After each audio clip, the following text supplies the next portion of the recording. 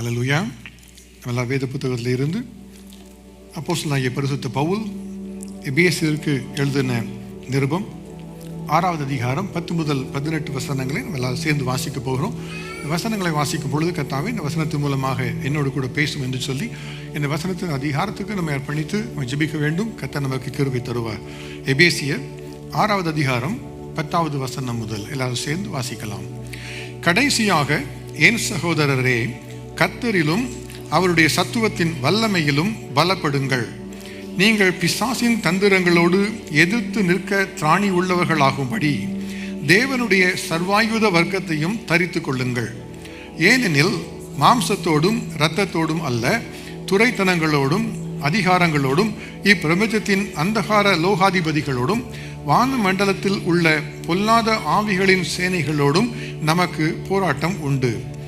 ஆகையால் தீங்கு நாளிலே அவைகளை நீங்கள் எதிர்க்கவும் சகலத்தையும் செய்து முடித்தவர்களாய் நிற்கவும் திராணி உள்ளவர்களாகும்படிக்கு தேவனுடைய சர்வாயுத வர்க்கத்தையும் எடுத்துக்கொள்ளுங்கள். சத்தியம் என்னும் கச்சையை உங்கள் அறையிலே கட்டினவர்களாயும் நீதி என்னும் மார்க்கவசத்தை தரித்தவர்களாயும் சமாதானத்தின் சுவிசேஷத்திற்கு உரிய ஆயத்தம் என்னும் பாதரட்சையை கால்களிலே தொடுத்தவர்களாயும் பொல்லாங்கன் எய்யும் அக்னி ஆஸ்திரங்களை எல்லாம் அவித்து போடத்தக்கதாய் எல்லாவற்றிற்கும் மேலாக விசுவாசம் என்னும் கேடயத்தை பிடித்து கொண்டவர்களாகவும் நில்லுங்கள். இரட்சணியம் என்னும் தலைச்சீராவையும் தேவ வசனமாகிய ஆவியின் பட்டயத்தையும் எடுத்துக்கொள்ளுங்கள். எந்த சமயத்திலும் சகலவிதமான வேண்டுதலோடும் விண்ணப்பத்தோடும் ஆவியினாலே ஜெபம் பண்ணி அதன் பொருட்டு மிகுந்த சகல பரிசுத்தவான்களுக்காகவும் பண்ணும் வேண்டுதலோடும் விழித்து கொண்டிருங்கள். தகப்பனே, நாங்கள் உம்மை நன்றியோடு ஸ்தோத்திரிக்கிறோம். இந்த கர்த்தருடைய மகத்துவமான வார்த்தைகளுக்காக நாங்கள் உமக்கு நன்றி செலுத்துகிறோம். இப்பொழுது கர்த்தாவே, கர்த்தர் தம்முடைய கிருபையினாலே உம்முடைய வசனங்கள் மூலமாக எங்களோடு கூட பேசுவாராக. பரிசுத்த ஆவியானவர் தாம் என்ற இருதயங்களை திறந்து கர்த்தருடைய வசனங்களை பெற்றுக்கொள்வதற்கு ஆயத்தப்படுத்துவீராக. கர்த்தர் எங்களோடு பேசி இந்த வசனத்தின் ஆசீர்வாதங்களை நாங்கள் பெற்றுக்கொள்ள எங்கள் எல்லாருக்கும் உதவி செய்ய வேண்டுமாறு ஜெபிக்கிறோம். இயேசு கிறிஸ்துவின் நாமத்தில் ஜெபிக்கிறோம் பிதாவே, ஆமென். நாம் அமர்ந்து கொள்ளலாம். கர்த்தருடைய மிகுந்த கிருபையினாலே இந்த நாள் முதற்கொண்டு ஒரு புதிய செய்தி தொடரை நாம் தியானிக்க இருக்கிறோம். ஆவிக்குரிய யுத்தம் என்கிற தலைப்பிலே வருகிற சில வாரங்களுக்கு கர்த்தருக்கு சித்தமானால் தேவனுடைய வார்த்தைகளை நாம் தியானிக்கவும் அதன் மூலமாய் கர்த்தருடைய வார்த்தையின் மகத்துவங்களை அறிந்து கொள்வதற்காகவும் கர்த்தர் இந்த நாட்களை நமக்கு ஏற்படுத்தி தந்திருக்கிறார். ஆகவே நாம் படித்த இந்த எபேசியர்களின் நிருபத்திலே 6வது அதிகாரத்தில் உள்ள சில வசனங்களை நம்ம தியானித்து அதை வருகிற சில வாரங்கள் ஒவ்வொன்றாக தியானித்து அதன் ஆழங்களை அறிந்து கொள்வதற்காக தேவன் நமக்கு கிருபை தருவாராக, அவர் ஆசீர்வதிப்பாராக. எபேசியருக்கு எழுதின நிருபம் 6வது அதிகாரம் 10வது வசனம் இப்படியாய் சொல்லுகிறது. கடைசியாக என் சகோதரரே, கர்த்தரிலும் அவருடைய சத்துவத்தின் வல்லமையிலும் பலப்படுங்கள். கர்த்தரிலும் அவருடைய சத்துவத்தின் வல்லமையிலும் பலப்படுங்கள் என்பதாக பரிசுத்த அப்போஸ்தலனாகிய பவுல் எபேசு சபையில் இருக்கிற சபைக்கு அவர் எழுதுகிறார். இந்த அதிகாரத்தை நம்ம இந்த புத்தகத்தை வாசித்து பார்க்கும் பொழுது எபேசு சபைக்கு பல காரியங்களை குறித்து பவுல் ஆலோசனைகளை கொடுத்து கொண்டே வருகிறார். எபேசிய நிருபத்தை வாசித்து பார்க்கும் பொழுது பலவிதமான ஆவிக்குரிய காரியங்களை குறித்து, ரகசியங்களை குறித்து அவர் எழுதி அவைகளை குறித்து ஆலோசனைகளை கொடுத்து கொண்டே வருகிறார். இந்த கடைசி அதிகாரத்துக்கு வரும் பொழுது கடைசியாக என்று சொல்லி ஒரு முக்கியமான காரியத்தை அவர் குறிப்பிடும்படியாக விரும்பி கடைசியாக என்கிற பதத்தை அவர் பயன்படுத்துகிறார். யோசித்து பார்த்தீங்கன்னா இப்போ ஒன் மோர் திங், அதெல்லாம் கேள்விப்பட்டிருக்கீங்களா? இருக்காது ஒன் மோர் திங் யாராவது கேள்விப்பட்டிருக்கீங்களா? அங்கே மேலே தான் கேள்விப்பட்டிருக்கிறீங்களா? கேட்டாலும் கேள்விப்படாத மாதிரி பார்க்குறீங்க. ஆப்பிள் டெவலப்பர் கான்ஃபரன்ஸ் போயிருக்கீங்களா? பார்க்கலன்னா கூட வீடியோ பார்த்துருப்பீங்கன்னு நினைக்கிறேன். பார்க்கலையோ? போய் பார்க்க தெரியும் உங்களுக்கு. அவங்க என்ன பண்ணுவாங்கன்னா, அவங்க ஆப்பிள் டெவலப்பர் கான்ஃபரன்ஸில் பலவிதமான அறிவிப்புகளை அவர் செய்வார்கள். இப்படிப்பட்ட ஒரு நல்ல ஒரு ப்ராடக்ட் கொண்டு வர போகிறோம், மேக் புக்கில் இப்படி அட்வான்ஸ் கொண்டு வர போகிறோம், புதிய சீப் வர எல்லாம் சொல்லுவாங்க. சொல்லிட்டு எல்லாம் முடிஞ்சு எல்லாரும் சரி கான்ஃபரன்ஸ் முடிந்து விட்டு என்று நினைக்கும் போது திடீர்னு ஸ்டீவ் ஜாப்ஸ் வருவார். ஒன் மோர் திங் அப்படின்னு சொல்லுவார். அப்படின்னு சொல்லிட்டு அவர் அது வரைக்கும் யாருமே பார்த்துடாத ஒரு புதிய கண்டுபிடிப்பை அவர் அறிமுகம் செய்வார்.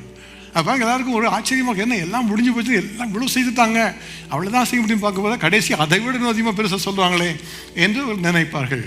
முதலாவதாக ஐஃபோன் ரிலீஸ் பண்ணும்பொழுது அப்படி தான் அவர் சொன்னார். அன்று முதற்கொண்டு இன்று வரைக்கும் ஒவ்வொரு வருஷமும் இந்த ஆப்பிள் கான்ஃபரன்ஸ் வரும் பொழுது பல ஆர்டிகல்ஸாக நீங்கள் பார்த்தீங்கன்னா ஒன் மோர் திங் என்று சொல்லி கெஸ் பண்ணுவாங்க.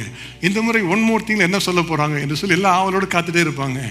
ஆப்பிள் வாட்ச் ரிலீஸ் பண்ணும்பொழுது அப்படி தான் செய்தாங்க. ஆப்பிள் வாட்ச் இருந்து வருகிறது யாருக்குமே தெரியாது, ரகசியமாக இருந்தது, எல்லாம் அறிமுகப்படுத்தி விட்டு கடைசியாக சொன்னாங்க ஒன் மோர் திங் சொன்னால் எல்லாரும் கரந்துட்டு யார் பறித்தார்கள். அதுதான் அவருடைய வியாபார தந்திரம். ஆனால் பவுல் பாருங்க, பலவிதமான மேன்மையான காரியங்களை எல்லாம் எழுதி வைத்து விட்டு எபேசு சபைக்கு சொல்கிறார், கடைசியான ஒன்று சொல்லணும், முக்கியமான விஷயம் என்று சொல்லிவிட்டு சொல்கிறார், கடைசியாக என் சகோதரரே என்று அவர் இந்த குறிப்பிட்ட காரியத்தை குறித்து விளக்கி அவர் எழுதுகிறார். கர்த்தரிலும் அவருடைய சத்துவத்தின் வல்லமையிலும் பலப்படுங்கள். அதை தொடர்ந்து வருகிற சில வார்த்தைகளை, வசனங்களை நம்ம வாசித்து பார்க்கும் பொழுது இதில் ஒரு யுத்த காரியத்தை குறித்து அவர் எழுதுகிறதை நாம் அறிந்து கொள்ளலாம். ஒரு மல்யுத்தம் பண்ணுகிற ஒரு காரியத்தை குறித்து அவர் எழுதுகிறார். நம்ம யோசித்து பார்க்கும் பொழுது பல சமயங்களிலே கிறிஸ்தவ வாழ்க்கை என்பது ஒரு யுத்த வாழ்க்கை என்பதை நம்ம அறிந்து கொள்வது இல்லை. நம்ம நினைத்துக் கொள்ளுகிறோம், ஒரு நாளில் இயேசுவை ஏற்றுக்கொண்டோம், இது முதற்கொண்டு எல்லாம் ஆசீர்வாதம் தான் என்று நம்ம சொல்லிக் கொள்ளுகிறோம்.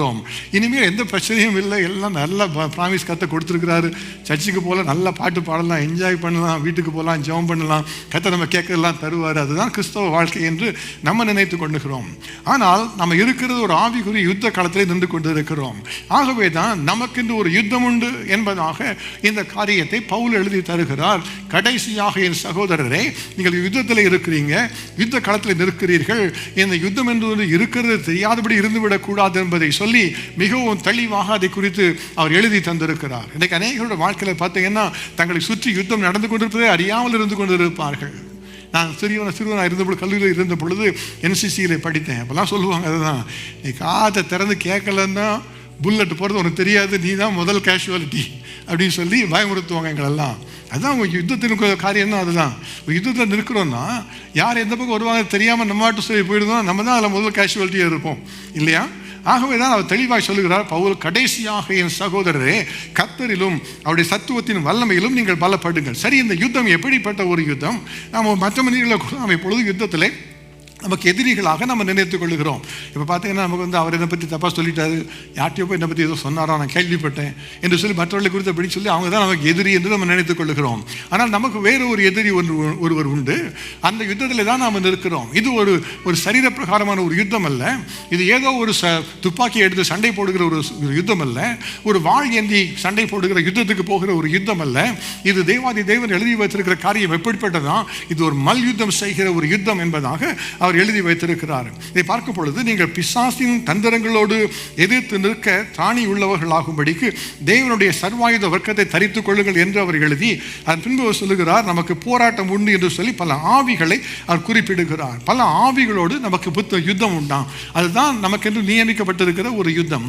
இந்த யுத்தம் எப்படிப்பட்டது என்று சொன்னால், நாம் இப்பொழுது ஒரு தேசத்துடைய பிரஜாபதிகளாக இருக்கிறோம். நம்முடைய சிலர் இந்திய தேசத்தின் பிரஜைகளாக அமெரிக்க தேசத்தில் குடியுரிமையிலே இருக்கிறோம், சிலர் விசாவில் இருக்கிறோம், சில அமெரிக்க தேசத்தின் பிரஜாபதிகளாக அதன் அடிமைக்குள்ளாக இருக்கிறோம், அதன் அதிகாரத்துக்குள்ளாக நம்ம இருக்கிறோம். நாம் இருக்கிற ஒரு தேசம் இன்னொரு தேசத்தோடு யுத்தத்தில் சென்றால் தாமாகவே அந்த யுத்தத்திலே நாமும் ஒரு பங்கு உள்ளவர்களாக மாறிவிடுகிறோம்.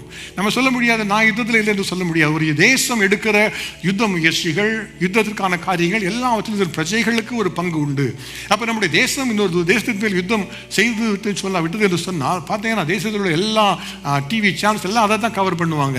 இப்போ இந்திய தேசத்திற்கும் பாகிஸ்தான் தேசத்திற்கும் யுத்தம் வந்தது என்று சொன்னால் போதும், இந்தியாவில் எல்லா இடத்திலும் அதை குறித்து சொல்லுவார்கள். யுத்தத்தில் நாம் எப்படி ஜெயம் பெறுகிறோம் என்றெல்லாம் சொல்லுவாங்க. எல்லா ஜனங்களுக்கும் தெரியும் நாம் யுத்தத்தில் இருக்கிறோம் என்று சொல்லி.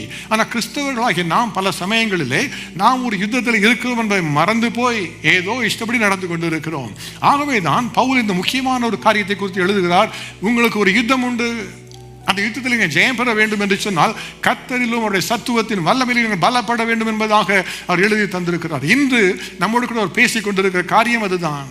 கர்த்தருக்கு சித்தமாக வருகிற ஒவ்வொரு வாரமும் இதை குறித்து ஆழமான சத்தியங்களை நாம் தியானித்து இந்த ஆவிக்குரிய யுத்தத்தில் நாம் எப்படி ஈடுபட வேண்டும், எப்படி ஜெயம் பெற வேண்டும், இந்த ஆவிக்குரிய யுத்தத்தில் நமக்கு எதிரிகள் யார், நமக்கு கொடுக்கப்பட்ட ஆயுதங்கள், யுத்த ஆயுதங்கள் என்ன யுத்த முறைகள் பயன்படுத்தப்பட வேண்டும் என்பதையெல்லாம் குறித்து நாம் வேதத்தின் அடிப்படையிலே நம்ம தியானித்து அறிந்து கொள்ள போகிறோம். இன்றைக்கு இந்த யுத்தத்தை குறித்து இந்த எபேசியர் நிருபத்தில் எழுதியிருக்கிற சில காரியங்களை மாத்திரம் வைத்து இந்த யுத்தத்தின் தன்மைகளை குறித்து நாம் முதலாவதாக அறிந்து கொள்ளப் போகிறோம். நான் உங்களுக்கு சொன்னேன், நாம் எல்லாம் ஒரு ராஜ்யத்தின் பிரதிபதிகள் என்று சொல்லி நாம் ஒளியின் பிள்ளைகளாக இருக்கிறோம் என்பதாக வேதம் நம்மை குறித்து சாட்சி கொடுக்கிறது. நாம் எதில் பங்குள்ளவர்களாக இருக்கிறோமா? நம்ம இருளின் ராஜ்யத்தில் இருந்து நம்முடைய தேவாதி தேவனாகிய கர்த்தருடைய குமாரனுடைய ஒளியின் ராஜ்யத்துக்குள்ளாக அழைக்கப்பட்டவர்கள். ஹல்லேலூயா! அப்ப ரெண்டு ராஜ்யங்கள் இருக்கிறது. ஒன்று இருளின் ராஜ்யம், ஒன்று தேவாதி தேவனுடைய ஒளியின் ராஜ்யம். இந்த ஒளியின் ராஜ்யத்தில் பங்குள்ளவர்கள் தான் இந்த யுத்தத்தில் இருப்பார்கள். அவர்கள் யுத்தத்தில் போவது இந்த இருளின் ராஜ்யத்துக்கு விரோதமாக யுத்தத்தில் போய் கொண்டிருக்கிறார்கள். அதுதான் வேதம் நமக்கு கற்றுத்தருகிற ஒரு சத்தியம். நம்முடைய விசுவாசம் என்ன? நாம் இயேசுவை ஏற்றுக்கொள்ளும் பொழுது நமக்கென்ற நித்திய ஜீவனை வாக்குத்தத்தம் பண்ணுகிறார். நீங்கள் என்னோடு கூட இருக்கும்படியாக, எப்பொழுதும் என்னோடு கூட இருக்கும்படியாக உங்களுக்கு நான் ஒரு இடத்தை நான் ஆயத்தம் பண்ண போகிறேன். நான் அதை ஆயத்தம் பண்ணின பின்பு நான் இருக்கிற இடத்திலே நீங்களும் வரும்படியாக நான் மறுபடி வந்து உங்களை அழைத்துக் கொள்வேன் என்பதாக இயேசு கிறிஸ்து வாக்குத்தத்தம் இருக்கிறார். அந்த வாக்குத்தத்தத்தை நாம் ஏற்றுக்கொள்ளும் பொழுது, இயேசுவே நான் உம்மோடு கூட நித்திய ஜீவனை கழிக்க வேண்டும் என்று நாம் சொல்லும் பொழுது, நாம் அந்த நித்திய ராஜ்யத்துக்கு, அந்த ஒளியின் ராஜ்யத்துக்கு பங்குள்ளவர்களாக மாறிவிடுகிறோம். அது பிரஜைகளாக மாறிவிடுகிறோம். ஹல்லேலூயா! ஆனால் அதை மறுதலித்து விடுகிறவர்கள் இன்னுமாக இருளின் ராஜ்யத்தில் இருக்கிறார்கள். அவருடைய வாழ்க்கை முடியும் பொழுது அவர்களுக்கு நித்திய வாழ்க்கை ஒன்று வாக்குத்தத்தம் பண்ணப்படவில்லை. ஆனால் இயேசுவை ஏற்றுக்கொண்டவர்கள், இயேசுவை பின்பற்றுகிறவர்களுக்கு இயேசு சொல்லுகிற காரியம், நானே வழியும் சத்தியமும் ஜீவனுமாய் இருக்கிறேன் என்பதாக அவர் கற்றுத்தருகிறார். நம்முடைய நம்பிக்கை அதுதான். ஒரு நாளிலே கடைசி காலம் துணிக்கும். அப்பொழுது மரித்தோர் அழிவில்லாதவர்களாய் எழுந்திருப்பார்கள். அதன் பின்பு உயிரோடு இருக்கிற நாமும் அவளோடு கூட சேர்ந்து மத்திய ஆகாயத்தில் அவரோடு கூட காணப்பட்டு எப்பொழுதும் அவரோடு கூட இருப்போம். இதுதான் ஒளியின் ராஜ்யத்துக்குரிய காரியம். நீங்களும் நானும் அதற்காகத்தான் காத்துக் கொண்டிருக்கிறோம். ஆனால் போகிற பாதையிலே நமக்கென்று ஒரு யுத்தம் இருக்கிறது. அதுதான் அந்த இருளின் ராஜ்யத்தோடு கூட இருக்கிற ஒரு யுத்தம். இதை இயேசு நன்றாக அறிந்திருந்தார். தன்னுடைய வாழ்க்கையிலே ஒவ்வொரு காரியத்திலும் இந்த யுத்தத்தில் ஈடுபட வேண்டும் என்பதை குறித்து இயேசு தெளிவாக அறிந்திருந்தார். ஆகவே தான் அவர் எப்பொழுதும் இந்த யுத்தத்தில் நின்றுதான் அவர் தன்னுடைய ஊழியங்களை செய்தார். உதாரணமாக ஒரு எடுத்துக்காட்டை நாம் பார்க்கலாம். பரிசுத்த மத்தேயு எழுதின சுவிசேஷம் 12வது அதிகாரத்திலே இந்த நிகழ்ச்சி ஒன்று குறிப்பிடப்பட்டிருக்கிறது. மத்தேயு 12வது அதிகாரம் 22வது வசனத்தை நாம் வாசித்து பார்க்கும் பொழுது அதை வேதம் சொல்லுகிறது, ஒரு பிசாசு பிடித்த குருடும் ஊமையுமான ஒருவன் அவரிடத்தில் கொண்டு வரப்பட்டான். குருடும் ஊமையுமானவன் பேசவும் காணவும் தக்கதாக அவனை சுஸ்தமாக்கினார் என்பதாக எழுதப்பட்டிருக்கிறது. அப்ப இயேசு இந்த உலகத்தில் வந்த பொழுது எதற்காக வந்தார்? அவர் நல்லவராகவும் பிசாசின் பிடியிலே அகப்பட்ட எல்லாரையும் குணமாக்குகிறவராகவும் அவர் சுற்றித் திரிந்தார். அதற்காகத்தான் இந்த உலகத்திலே அவர் வந்தார். ஆக அவர் அப்படி செல்லும் பொழுது இந்த பிசாசின் ராஜ்யத்தோடு யுத்தம் பண்ணுகிற ஒரு யுத்தத்திலே தன்னை ஈடுபடுத்தி கொண்டார். ஆக இந்த பிசாசின் அதிகாரத்துக்குள்ளாக இருக்கிற ஒரு மனிதன், அவனால் பார்க்க முடியவில்லை, அவனால் பேச முடியவில்லை, அவனை ஒரு பிசாசு பிடித்திருந்ததினாலே அப்படிப்பட்ட அவன் குருடும் அவன் ஊமையுமா இருக்கிற ஒரு மனிதனாக இருந்தான். அவன் மேலே இருந்த அந்த பிசாசை இயேசு துரத்தின உடனே அவன் காணவும் பேசவும் தக்கதாக மாறிவிட்டானாம். ஹல்லேலூயா! அதுதான் தேவனுடைய யுத்த ஒரு காரியம். அவர் அந்த பிசாசை துரத்தினார். அந்த மனிதன் அவன் மறுபடியும் தன்னுடைய பேசுகிற திறனை, காண்கிற திறனை பெற்றுக்கொண்டான். அவன் ஏதோ தன்னுடைய வாழ்க்கையில் அவன் கண் பார்வை இழந்த ஒரு சரீர பிரகாரமாக பாதிக்கப்பட்டவனாக அவன் இல்லை. அவனுக்குள்ளாக இருந்த அந்த பிசாசானது அவனுடைய கண்களை குருடாக்கி வாயை பேச முடியாமல் கட்டி வைத்திருந்தது. அதை விடுதலையானவரை அவன் வெற்றியை பெற்றுக்கொண்டான். அதே போல தான் நான் பார்க்கிறோம், ஜெப ஆலயத்திலே ஒரு 38 வருஷமாய் ஒரு ஸ்திரீ ஒரு பலவீனப்படுத்துகிற ஆவியினாலே பாதிக்கப்பட்டிருந்தால் இயேசு அந்த பிசாசை விரட்டின உடனே சுகமடைந்தால் இருந்து நம்ம பார்க்கிறோம். ஆக எல்லா இடங்களிலும் இந்த உலகத்திலே பிசாசானவன் எப்படிப்பட்ட யுத்தங்களை கொண்டு வருகிறானோ அந்த பிசாசின் வல்லமைகளை மேற்கொள்வதற்கு இயேசு இந்த யுத்த காரியத்தில் எப்பொழுதும் உறுதியாகவே இருந்தார். இதை பார்க்கும்போது நம்ம நினைக்கலாம், இதில் எப்படி யுத்தம் என்று சொல்லும் பொழுது அந்த நிகழ்ச்சியை தொடர்ந்து வாசிக்கிற வசனங்கள் மூலமாக இயேசு இந்த யுத்தத்தை எப்படி கண்ணோக்கினார் என்பதை நாம் அறிந்து கொள்ளலாம். பரிசுத்த மத்தேயு எழுதின சுவிசேஷம் 12வது அதிகாரம் 25 முதல் 28 வசனங்களிலே வேதம் இப்படியாக கற்றுத்தருகிறது. இயேசு இந்த மனிதனை சுகப்படுத்துவதை பார்த்த உடனே அங்குள்ள மக்கள்லாம் சொல்லிக் கொண்டாங்க, இவன் பிசாசுகளின் தலைவனாகிய பெயல்செபூலினாலே பிசாசுகளை துரத்துகிறான் என்று சொல்லிக் கொண்டார்கள். இன்றைக்கும் மந்திரவாதிகள் எனப்படுகிறவர்கள் இருக்கிறார்கள். பிசாசுகளை தன்னுடைய கைக்குள்ளாக வைத்துக்கொண்டு அதன் மூலமாக மற்ற பிசாசுகளை விரட்டுவதாக அவர்கள் சொல்லி அநேகருக்கு விடுதலை தருகிறோம் என்று சொல்லி இந்த மந்திர சேவைகளை செய்கிற மந்திரவாதிகள் அநேகர் உண்டு. அது என்ன செய்கிறார்களாம், அவர்கள் பிசாசுகளை தன்னுடைய அதிகாரத்துக்குள்ளாக வைத்துக்கொண்டு மற்ற பிசாசுகள் விடுதலை தருகிறேன் என்று சொல்லி அவர் வாக்குத்தத்தம் பண்ணுகிறார்கள். அதுதான் இன்றைக்கு அவர் செய்கிற ஒரு காரியம். அப்போ அந்த காலத்தில் கூட இயேசு ஒரு மனிதனை சுகப்படுத்தின உடனே அதெல்லாம் மக்களும் பேசிக்கொண்டார்கள், இவன் பிசாசுகளின் மூலமாக பிசாசை துரத்துகிறான், இவன்கிட்ட இருக்கிறது தான் பெரிய பிசாசுப்பா, பெயல் செபுல் இருக்கிற பிசாசு இவன்கிட்ட இருக்குது, அதனால தான் மற்ற பிசாசெல்லாம் இவன் சொல்றது கீழ்ப்படுகிறதுன்னு சொல்லி கொண்டார்கள். இயேசுவோட சிந்தனைகளை அறிந்த உடனே இந்த காரியத்தை தெளிவுபடுத்துகிறார். வேதம் சொல்லுகிறது, பரிசுத்த மத்தேயு 12வது அதிகாரம் 25 முதல், இயேசு அவர் சிந்தனைகளை அறிந்து அவர்களை நோக்கி, தனக்கு தானே விரோதமாய் பிரிந்திருக்கிற எந்த ராஜ்யமும் பாழாய் போகும், தனக்கு தானே விரோதமாய் பிரிந்திருக்கிற எந்த பட்டணமும் எந்த வீடும் நிலைநிற்க மாட்டாது. சாத்தானை சாத்தான் துரத்தினால் தனக்கு விரோதமாக தானே பிரிவினை செய்கிறதா இருக்குமே, அப்படி செய்தால் அவன் ராஜ்யம் எப்படி இருக்கும். இப்போ பிசாசுக்கு என்று ஒரு ராஜ்யம் உண்டு என்று இயேசு கற்றுத் தருகிறார். நம்ம பல சமயங்களில் இதை பார்த்துவிட்டு இதை சரியாக புரிந்து கொள்ளாமல் நம்ம கடந்து போய் விடுகிறோம். நம்ம எல்லாருக்கும் தெரியும் தேவனுடைய ராஜ்யம் ஒன்று உண்டு என்று சொல்லி, பரலோக ராஜ்யம் என்று ஒன்று உண்டு என்று நமக்கு தெரியும். ஆனால் பிசாசுக்கு ஒரு ராஜ்யம் உண்டா, சாத்தானுக்கு ஒரு ராஜ்யம் உண்டா என்பதை நாம் அதிகமாக யோசித்து பார்ப்பதில்லை. ஆனால் தேவன் இயேசு கிறிஸ்து சொல்லுகிறார், அவன் சாத்தான் தனக்கு தானே விரோதமாக பிரிந்திருந்தால் அவனுக்கு ஒரு ராஜ்யம் இருக்கிறதே, அந்த ராஜ்யம் எப்படி இருக்கும் என்று இயேசு கேட்கிறார். ஆக நம்ம பார்க்கும் பொழுது, அதை தொடர்ந்து கர்த்தர் பேசும் பொழுது இயேசு சொல்லுகிறார், நான் தேவனுடைய ஆவியினாலே பிசாசுகளை துரத்துகிறபடியால் தேவனுடைய ராஜ்யம் உங்களிடத்திலே வந்திருக்கிறதே. ஹல்லேலூயா. எனக்கு பாருங்க, தேவனுடைய ராஜ்யம் எப்படிப்பட்டது தெரியுமா? இது பிசாசுகளிலிருந்து விடுதலை செய்கிற, எல்லா ஜனங்களுக்கும் சுகத்தை கொடுக்கிற ஒரு பெரிய வல்லமையின் ராஜ்யம். அந்த ராஜ்யத்தில் தான் நாம் இருக்கிறோம். யோவான் சாணகன் இந்த உலகத்தில் வந்த பொழுது நான் பிரசங்கித்து சொன்ன காரியம் என்ன? மனம் திரும்புங்கள், பரலோக ராஜ்யம் சமீபித்திருக்கிறது. அவன் சொன்னா வந்திருக்கிறது பக்கத்தில் என்று அவன் சொல்லுகிறான். இயேசு வந்து சொல்லுகிறார், தேவனுடைய ராஜ்யம் உங்களுக்குள்ள வந்திருக்கிறதே, நான் தேவனுடைய விரலினாலே பிசாசுகள் துரத்துகிறபடினாலே இந்த தேவனுடைய ராஜ்யம் உங்களுக்கு வந்திருக்கிறதே என்று சொல்லி இயேசு சொன்னார். இயேசுதான் அந்த பரலோக ராஜ்யத்தை கொண்டு வந்தவர். அந்த ராஜ்யத்துக்கு தகுதியாக இருக்கும்படியாக நம்மை அழைத்தவர் அவர்தான். அவர் சொல்லுகிறார், நானே வழியும் சத்தியமும் ஜீவனுமாய் இருக்கிறேன், என்னால் என்று யாரும் பிதாவிடத்தில் வருவது இல்லை என்று அவர் ஆணித்தரமாக இயேசு சொல்லுகிறார். இப்போ தான் சொல்லலாம், இயேசு உயிரோடு வந்தப்போ சொன்னார், இப்போ மரித்து போய் பல்லவத்துக்கு போயிட்டார், இப்போ என்னாச்சு என்று நம்ம நினைக்கலாம். ஆனால் இயேசு ஒரு காரியத்தை சொன்னார். அவர் மரிப்பதற்கு முன்பாக தன்னுடைய சீஷர்கள் எல்லாம் அழைத்து அவர் சீமோனை பார்த்து சொல்லுகிறார், சீமோனே, பரலோக ராஜ்யத்தின் திறவுகோலை நான் உனக்கு தருகிறேன். அப்போ இந்த ராஜ்யத்தை நான் உருவாக்கி வைத்திருக்கிறேன்ப்பா, இந்த ராஜ்யத்துக்குரிய திறவுகோலை நான் உனக்கு தருகிறேன் என்று சொல்லி அவர் சொல்லுகிறார், இந்த கல்லின் மேலே சபையை கட்டுவேன். அப்போ சபையாகிய நமக்கு தான் அந்த பரலோக ராஜ்யத்தின் திறவுகோல் கொடுக்கப்பட்டிருக்கிறது. ஹல்லேலூயா. அதை தொடர்ந்து இயேசு சொல்லுகிறார், விசுவாசத்தில் நடக்கும் அடையாளங்கள் இவைகள் என்று சொல்லி, என் நாமத்தினாலே பிசாசுகளை துரத்துவார்கள், நவமான பாஷைகளை பேசுவார்கள், சர்ப்பங்களை எடுப்பார்கள், சாவுக்கு ஏதுவான யாதொன்றை குடித்தாலும் அது அவளை சேதப்படுத்த மாட்டாது என்று சொல்லி பரலோக ராஜ்யத்தின் காரியங்களை தெளிவுபடுத்தினார். அந்த ராஜ்யத்திலே தான் நாம் இருக்கிறோம்.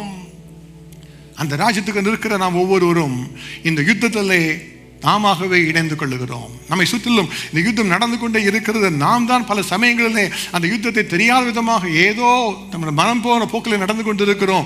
ஏதோ இந்த உலகத்துக்குரிய காரியங்களை மாத்திரம் யோசித்துக் கொண்டு, என்னுடைய ஜெபத்தை இயேசு கேட்டார், எனக்கு விசா கொடுத்தார், எனக்கு கிரீன் கார்டு கற்று கொடுத்தார், வேலையை கொடுத்தார், புது காரை வாங்கி கொடுத்தார், புது வீடை வாங்கி கொடுத்தார், எனக்கு சந்தோஷம் என்று சொல்லி அதோடு கூட திருப்தியாக நின்று விடுகிறோம். தேவனுடைய அழைப்பு அப்படிப்பட்டதல்ல, அது பரலோக ராஜ்யத்துக்குரிய அழைப்பு. அவர் பல தலைமுறைகளுக்கு உண்டான ஒரு அழைப்பு, நித்தியத்துக்கான உண்டான அழைப்பு. இன்றைக்கு நான் வைக்க விரும்புகிற கேள்வி இதுதான், அந்த நித்திய ராஜ்யத்துக்கு நீங்கள் தகுதியா இருக்கிறீர்களா? இருந்தால் இந்த யுத்தத்தில் நீங்கள் பங்குள்ளவர்களாக இருக்கிறீர்கள். ஆகவே தான் சொல்லுகிறார், எனக்கு மிகவும் பிரியமான சகோதரரே, கர்த்தரிலும் அவருடைய சத்துவத்தின் வல்லமைகளும் நீங்கள் பலப்பட வேண்டும் என்று சொல்லி வேதத்தில் பார்க்கும் பொழுது இந்த வாழ்க்கை ஒரு யுத்தக்களமான ஒரு வாழ்க்கை தான் என்பதை குறித்து பல காரியங்களை வேதம் நமக்கு கற்றுத் தருகிறது. ரோமருக்கு நிருபம் 15வது அதிகாரம் 32வது வசனத்திலே பவுல் சொல்லுகிறார், நீங்கள் தேவனை நோக்கி செய்யும் ஜெபங்களில் நான் போராடுவது போல நீங்களும் என்னோடு கூட போராட வேண்டும் என்று நம்முடைய கர்த்தராகிய இயேசு கிறிஸ்துவின் நிமித்தமும் ஆவியானவருடைய அன்பின் நிமித்தமும் உங்களை வேண்டிக் கொள்ளுகிறேன் என்று அவர் கேட்கிறார். அப்போ சொல்லுகிற ஒரு அனுபவம் எப்படிப்பட்டதான், அவர் யுத்தத்தில் போராட்ட ஜெபம் என்கிற ஒரு யுத்த ஜெபத்தை குறித்து அவர் எழுதுகிறார். நம்மளாம் நினைத்துக் கொள்கிறோம், இயேசுவத்தில் எனக்கு இதை தாங்க, எனக்கு சுகத்தை தாங்க, தலைவலி போகணும் என்று ஜெபிக்கிறது மாத்திரம்தான் நம்ம செய்கிற ஜெபம் என்று நம்ம நினைத்துக் கொள்ளுகிறோம். ஆனால் அவர் சொல்லுகிறார், நான் போராடி ஜெபிக்கிறேன் அல்லவா, அப்படி நீங்கள் என்னோடு கூட போராடி ஜெபியுங்கள் என்பதாக தம்முடைய அவர் சபைக்கு எழுதி கேட்டுக்கொள்ளுகிறார். இன்றைக்கு நீங்களும் நானும் அந்த போராட்ட ஜபத்தில் நின்றிருக்கிறோமா? அந்த போராட்ட ஜபத்தின் அனுபவம் நமக்கு உண்டா? இந்த போராட்ட ஜபத்தில் வெற்றி பெறுவதற்கு நமக்கு முடியுமா? அதற்குரிய யுத்த விதங்கள் நமக்கு தெரியுமா? இந்த யுத்தம் ஜபத்தில் நடக்கிற ஒரு யுத்தம். இந்த யுத்தம் முழங்கால் இருந்து செய்யப்படுகிற ஒரு யுத்தம். இந்த யுத்தம் வார்த்தைகளினாலே பிசாசை கட்டி ஜெயம் எடுக்கிற ஒரு யுத்தம். இந்த யுத்தம் கத்திகளினாலே வருகிற யுத்தம் அல்ல, ஏதோ ஒரு துப்பாக்கினாலே வருகிற ஒரு யுத்தம் அல்ல, தேவாதிதேவனுடைய பரலோக ஆவியானோட பலத்தினாலே வருகிற ஒரு யுத்தம். ஹல்லேலூயா! எந்த குடும்பமாக வைக்கப்படுகிற கேள்வி, நீங்க இந்த யுத்தத்தில் எங்கே இருக்கிறீங்க? இன்றைக்கு அந்த யுத்தத்தில் எங்கே நிற்கிறீங்க என்பதை நாம் புரிந்து கொள்ள வேண்டும். கர்த்தாவே, எனக்கு நீங்கள் அந்த கிருபையை தாரும் என்று சொல்லி நம்ம கேட்டு பெற்றுக்கொள்ள வேண்டும். வேதம் சொல்லுகிற சகரியாவின் புஸ்தகம் 14வது அதிகாரம் 3வது வசனத்திலே, கர்த்தர் புறப்பட்டு யுத்த நாளிலே போராடுவது போல அந்த ஜாதிகளோடு கூட போராடுவார் என்பதாக யுத்த வாழ்க்கையை குறித்து சொல்லப்பட்டிருக்கிறது. சங்கீத புஸ்தகத்திலே சங்கீதம் 144 முதலாவது வசனத்திலே சங்கீதக்காரனாகிய தாவீது சொல்லுகிறார், என் கைகளை போருக்கும் என் விரல்களை யுத்தத்துக்கும் படிப்பிக்கிற தேவனாகிய கர்த்தருக்கு ஸ்தோத்திரம் என்று சொல்லுகிறார். இந்த யுத்தத்தில் படிப்பித்து தருகிற தேவன் நம்முடைய தேவன். அந்த யுத்தத்தில் எப்படி நிற்க வேண்டும், எப்படி ஜெயம் எடுக்க வேண்டும் என்று நமக்கு கற்றுக் கொடுக்கிறவர் தேவாதி தேவன். ஆகவேதான் இந்த யுத்தத்தில் நிற்பதற்கு அந்த யுத்த காலத்தில் அவரே நமக்கு சேனைகளின் கர்த்தராக வருகிறார். ஹல்லேலூயா! அவருடைய பெயரே சேனைகளின் தேவன். நம்மை சேனைகளாய் கொண்டு வந்து யுத்தத்தில் நிறுத்தி ஜெயத்தை தருகிறவர் அவர். அதுக்குத்தான் பவுல் எழுதி கொண்டிருக்கிறார், நீங்கள் கர்த்தரிலும் அவருடைய சத்துவத்தின் வல்லமையிலும் நீங்கள் பலப்படுங்கள். கடைசி நாள் என்ன நடக்குமா? வெளிப்படுத்தின விசேஷத்தில் சொல்லப்படுகிற ஒரு காரியம், வெளிப்படுத்தின விசேஷம் 12வது அதிகாரம் 7வது வசனத்திலே கடைசியாக ஒரு யுத்தம் நடக்குமா? இன்றைக்கு நம்முடைய வாழ்க்கையில் தினந்தோறும் பார்க்கிற யுத்தங்கள் உண்டு, ஆனால் கடைசியாக ஒரு யுத்தம் நடக்கும். வேதம் சொல்லுகிறது, வானத்திலே யுத்தம் உண்டாயிற்று, மிகாவேலும் அவனை சேர்ந்த தூதர்களும் வலு சர்ப்பத்தோடு யுத்தம் பண்ணினார்கள், வலு சர்ப்பமும் அதை சேர்ந்த தூதரும் யுத்தம் பண்ணியும் ஜெயம் கொள்ளவில்லை. ஆகவே ஜெயம் கொள்ளுகிறவர் நம்முடைய தேவனாகிய கர்த்தர். கடைசி நாளின் யுத்தத்தின் முடிவு நமக்கு எழுதி கொடுக்கப்பட்டிருக்கிறது. இந்த யுத்தத்திலே இயேசு கிறிஸ்து ஜெயகர்த்தா எழுந்து நிற்பார். அவர் தான் எழும்பி நின்று சாத்தானை சங்கரித்து நமக்கு பரிபூர்ணமான விடுதலையை, வெற்றியை, ஜெயத்தை அவர் நமக்கு தருவார். அப்ப அவரோடு கூட இருப்பதற்கான கிருபைகளை நமக்கு தருவார். விசுவாசிக்கிறீங்களா இதை? ஆமென், ஹல்லேலூயா! அதை விசுவாசித்து பற்றிக் கொள்ள வேண்டும். இன்றைக்கு இந்த யுத்தத்தின் காரியங்களை குறித்து சில காரியங்களை நம்ம யோசிக்க போகிறோம். கர்த்தர் அனுமதிக்கிற நேரம் வரைக்கும் நம்ம தியானித்து அது பின்பு தொடர்ந்து இந்த செய்தியை வருகிற வாரத்தில் கூட நம்ம தியானிக்க இருக்கிறோம். இதில் 3 காரியங்களை யுத்தத்தை குறித்து நம்ம அறிந்து கொள்ள வேண்டும். அந்த யுத்தத்தில் உள்ள ஆழங்களை அறிந்து கொள்ளும் முன்பாக இந்த யுத்தத்தினுடைய தாற்பயம் என்ன, இந்த காரியங்களை எதை குறித்து பவுல் இப்படி பேசுகிறார் என்பதை குறித்து ஒரு 3 காரியங்களை நம்ம முதலாவதாக அறிந்து கொண்டால்தான் அதற்குரிய மற்ற சத்தியங்களை அறிந்து கொள்வதற்கு அது வசதியாக இருக்கும். அதில் முதலாவது காரியம், நாம் அறிந்து கொள்ள வேண்டிய காரியம் என்ன? நமக்கு ஒரு எதிரி ஒன்று உண்டு. அதை நாம் அறிந்து கொள்ள வேண்டும். We have an enemy. நமக்கென்று ஒரு எதிரி உண்டு என்கிற நாம் அறிந்து கொள்ள வேண்டும். மற்ற மனிதர்கள் நமக்கு எதிரிகள் அல்ல. நமக்கு ஏதோ நமக்கு விரோதமாக பேசுகிறவர்கள் நமக்கு எதிரிகள் அல்ல. ஏதோ காரியங்கள் நமக்கு விரோதமாக செய்கிறவர்கள், நமக்கென்று சதி செய்கிறவர்கள் நம்முடைய எதிரிகள் அல்ல. ஆனால் நமக்கென்று ஒரு எதிரி உண்டு. வேதம் சொல்லுகிறது, 1 பேதுரு 5வது அதிகாரம் 8வது வசனத்திலே, தெளிந்த புத்தி உள்ளவர்களாயிருங்கள், விழித்திருங்கள், ஏனெனில் உங்கள் எதிராளியாகிய பிசாசானவன் கர்ச்சிக்க சிங்கம் போல் எவனை விழுங்கலாமோ என்று வகை தேடி சுற்றி தெரிகிறான். அப்ப நம்முடைய எதிரி யார்? பிசாசானவன் தான் நமக்கு எதிரி என்பதாக வேதம் கற்றுத் தருகிறது. இப்போ இந்த யுத்தத்தில் ஆவிக்குரிய யுத்தம் நடக்கும் பொழுது அந்த பிசாசோடு கூட போராடுகிற ஒரு யுத்தம். அநேகரோட வாழ்க்கையிலே இந்த பிசாசின் காரியங்களில் பாதிக்கப்பட்டிருப்பார்கள். ஆனால் அது பிசாசின் காரியம் என்று அவர்களுக்கு தெரியாது. ஏதோ ஒரு சாதாரணமான காரியம் என்று எடுத்துக்கொள்ளுவார்கள். ஆனால் சாத்தானுடைய காரியங்கள் அநேகரோட வாழ்க்கையிலே அவளை அடிமையாக வைத்திருக்கிறது. ஒரு விசுவாசி இருக்கிறவனை, தேவனுடைய பிள்ளையாக இருக்கிறவனை பிசாசானவன் மேற்கொள்ள முடியாது. அவனுக்குள்ளாக வந்து முற்றிலுமாக ஆட்கொண்டு தன்னுடைய இஷ்டப்படி ஆட்டி வைக்க முடியாது. ஆனால் பாருங்க, அந்த ஒவ்வொருடைய வாழ்க்கையிலும் சில பகுதிகளை பிசாசானவன் கைப்பற்ற முடியும். அவனுக்குள்ளாக வந்து சில சமயங்களில் பார்த்தா அவங்க இயேசு போல் இருப்பாங்க, பிசாசு போல் இருப்பாங்க. அப்போ அவங்களோட பிசாசு முற்றும் ஆட்கொள்வதல்ல, ஒரு காரியத்தில் ஏதோ ஒரு காரியத்தில் பிசாசானவர்கள் வஞ்சித்து விட்டான் என்பதுதான் அர்த்தம். அல்லனா நீங்கள் இப்போ ஏன் பிசாசு மாதிரி பேசுறீங்கன்னு சொல்லுவாங்க. கேள்விப்பட்டிருக்கீங்களா? ஏன்னா அப்போ திடீர்னு பிசாசு வந்துச்சு அவங்களுக்குள்ள. ஏன்? அப்போ தான் அவங்க பிசாசில் பிடிக்கப்படல முழுதும். ஆனால் ஏதோ வாழ்க்கையில் ஒரு பகுதியை பிசாசுக்கு விட்டு கொடுத்துட்டாங்க. அதுதான் நம்முடைய எதிரியானவருடைய தாக்குதலுக்கு காரணமே அதுதான். ஒரு மனிதனோட வாழ்க்கையில் வந்து அந்த மனிதனை ஆட்கொண்டு அவருடைய வாழ்க்கையை மாற்றி விடுவது, சின்னாபின்னப்படுத்தி விடுவது. அதற்காகத்தான் பிசாசானவன் நமக்கு விரோதமாக எழும்பி வருகிறான். வேதம் சொல்லுகிறது, திருடன் திருடவும் கொல்லவும் அழிக்கவும் வருகிறான் என்பதாக வேதம் கற்று தருகிறது. அப்போ பிசாசானவன் அப்படிதான் போராடுவதற்காக வருகிறான். ஆகவே அவன் அந்த எதிராளியாகிய பிசாசானவன் கெட்சிக்கிற சிங்கம் போல எவனை விழுங்கலாமோ என்று வகை தேடி சுற்றி திரிகிறான் என்று சொல்லி ஸ்லைஸில் ப்ரிப்பேர் பண்ணும்போது பார்த்தேன்.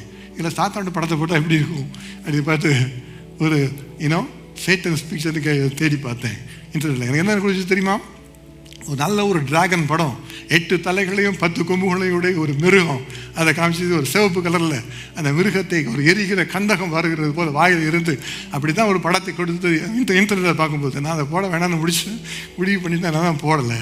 ஆனால் வேதம் தான் கற்றுத்தருகிறது, பாதாளத்தில் இருந்து ஒரு மிருகம் ஏறி வருகிறது, அதற்கு 8 தலைகளும் 10 கொம்புகளும் இருந்தன, தூஷணமான வார்த்தைகளை பேசுகிற நாவு அதற்கு இருந்தது என்பதாக எல்லாம் இந்த எதிரியானவரை குறித்து வஞ்சித்து தருகிறது, வர்ணித்து தருகிறது.